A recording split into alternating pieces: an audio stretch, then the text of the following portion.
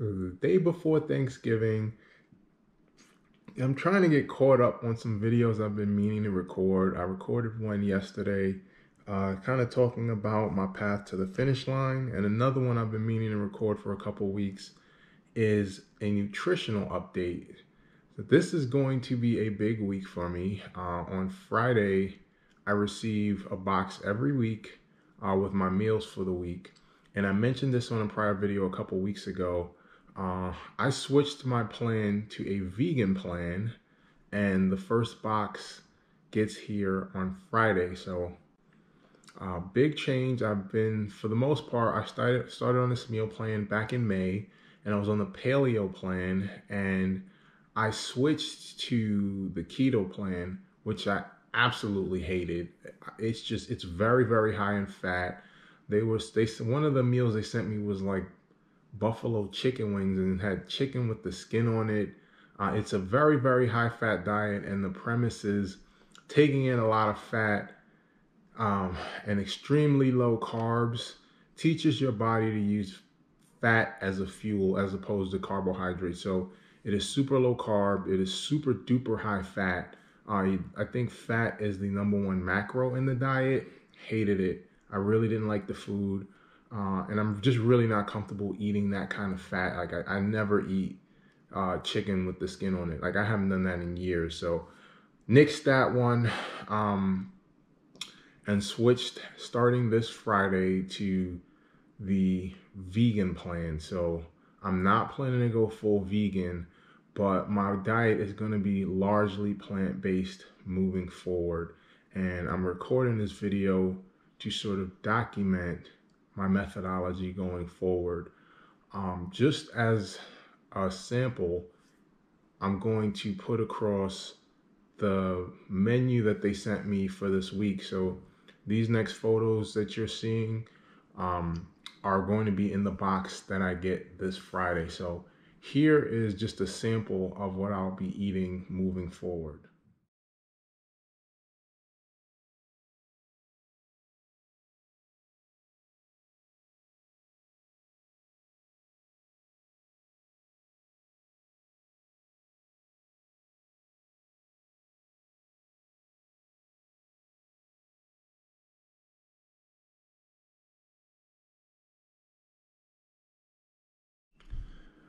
So a new frontier for me on the diet side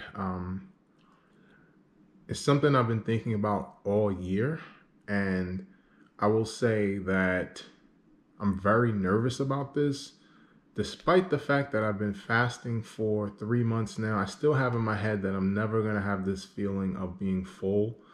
But also, it's just in reading and learning about it, that's not necessarily, the goal when you're eating.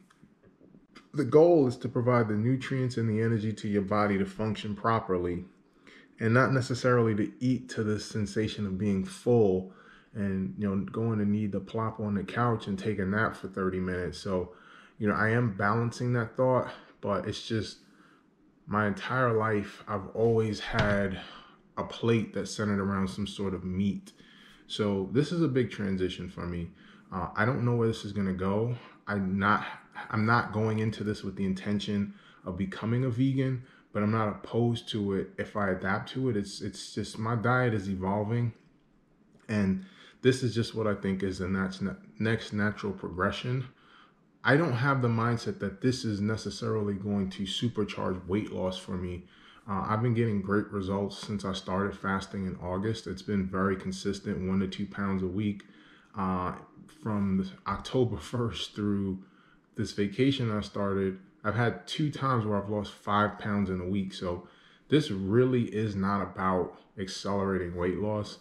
This is about overall health and understanding that my body has a lot of processes that are running all the time that I'm not even conscious of, and just recognizing that meat isn't necessarily the best thing for my body. And this was something I learned quite a bit about in the nutrition course, which actually said they don't necessarily recommend that people go vegetarian or vegan, but recognize that in the long term, things like disease prevention, specifically they cited cancer, heart disease. Your chances of getting these sorts of conditions are astronomically higher being a meat eater versus being a vegan. So I have that in my mind, and that really is the number one thought in moving in this direction. I'm 44 years old. I'm really, really worried about my 70s and 80s, and the stuff that I'm eating right now, I would liken it. I always liken my body to a car in the sense that if you're putting discount gasoline, discount oil, cutting back on stuff, when the car is new, you're not necessarily going to see those issues. But as the car ages, is 5 and 6 and 7 years old, and it starts getting to 80, 90, 100,000 miles, the wear and tear of those decisions really adds up. And that's how I look at my body. And so I'm trying to go to the point where I'm only doing dealer service. I'm only putting premium gasoline. I'm only putting top of the line motor oil. These decisions in a vacuum once don't make a difference, but the wear and tear over the years do add up. And I really want to go late in life being very healthy, having a lot of vitality, having my independence. I don't want a walker. I've said on this channel several times, I don't want one of those giant pill bottles. I don't want that for myself. So that is primarily the reason I'm going in this direction. I'm planning to still eat meat. I'm just going to really shrink the portion of my diet that it is. Right now, I'm still thinking, obviously with my 2 cheat meals, I'll eat whatever I want. And I'm also thinking potentially on days where I do a longer lifting session, I may have an organic steak for dinner. But I'm really trying to cut the amount of meat in my diet down significantly. So that really is the rationale. I'm very nervous about this. I'm questioning, will I be able to sustain it? But I would say I have a lot more confidence now than I would have had I tried this a year ago. I've been intermittent fasting since March.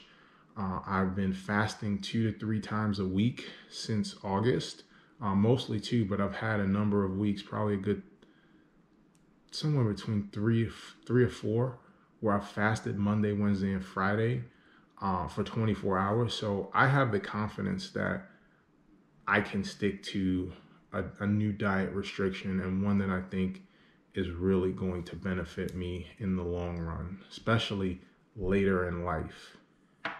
And a couple of other changes that I'm making are pertaining to other parts of my diet. So I'm actually rereading the obesity code with my mother, my aunt, and my cousin.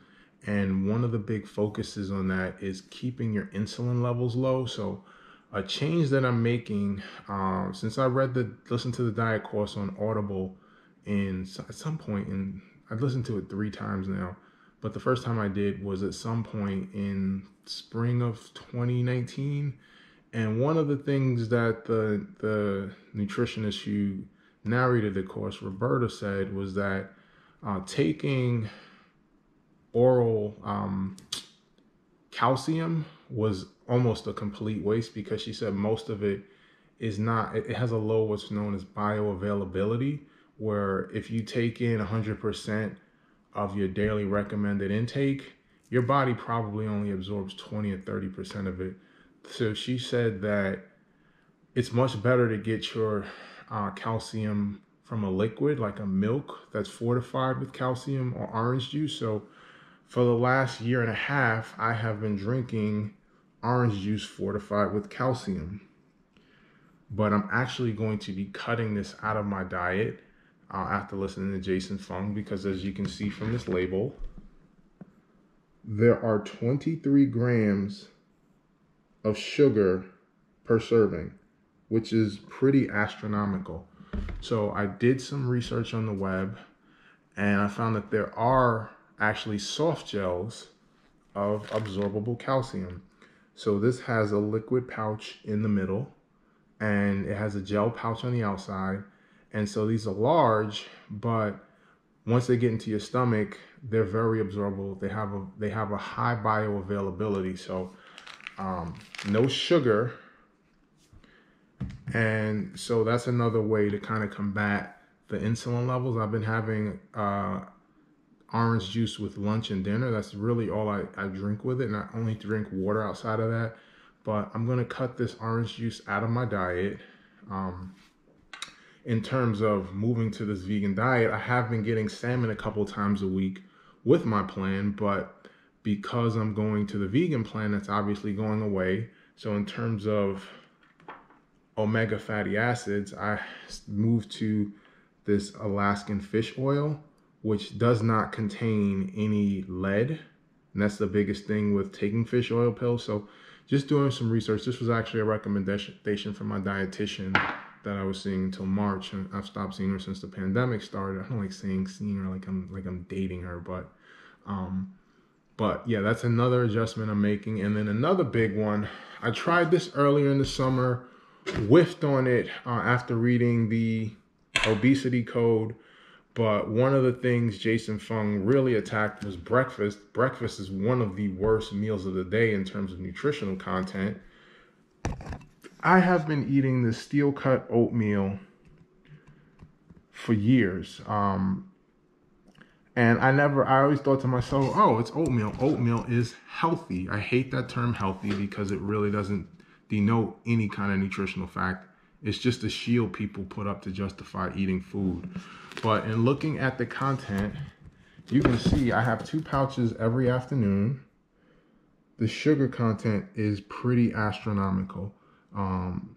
10 grams of sugar. I have 2 packets, so that's 20 grams of sugar. So when you add in that I'm having 16 ounces of this orange juice, which is 46 grams at lunch, and then another 46 at dinner, and then I'm having another 20 grams of sugar, like that's a very high sugar intake, and I'm really trying to attack insulin levels. So what I'm switching to, and I tried something like this earlier in the summer, whiffed on it. I'm going to go at this again. I'm going to be switching to this Quaker oatmeal.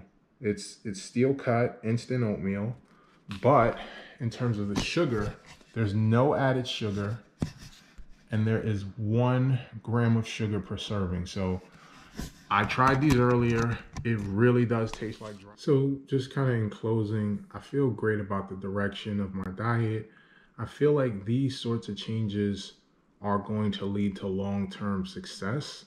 I don't want to put myself in a position where I'm reliant on working out a ton to keep my weight down. I'm working out a ton as well as fasting and streamlining my diet to get my weight down, but I have to have a diet that allows me to control my weight. I can't control my body composition with my diet, but I can control my weight with it. And so I feel great about the fact that despite the fact that I'm seeing such great results, I still have a strong desire to see any and every place where I can improve. And this has given me the confidence that this is going to be sustainable.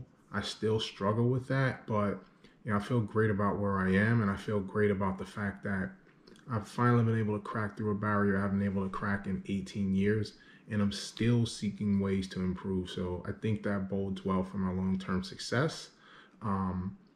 But I do recognize that I have a lot of insecurities about this. I've struggled with weight pretty much my whole life.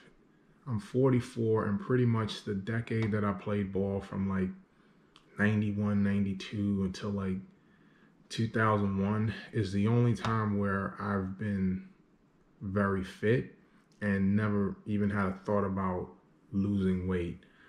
Outside of that, I was a fat kid. I was a fat preteen. I was fat in my 20s. I was fat through my 30s. I've been overweight in my 40s. And, it's hard to fathom that I could be a year from now sitting here at 210 pounds and, 18% body fat and not thinking about losing weight. That's been a constant throughout my life.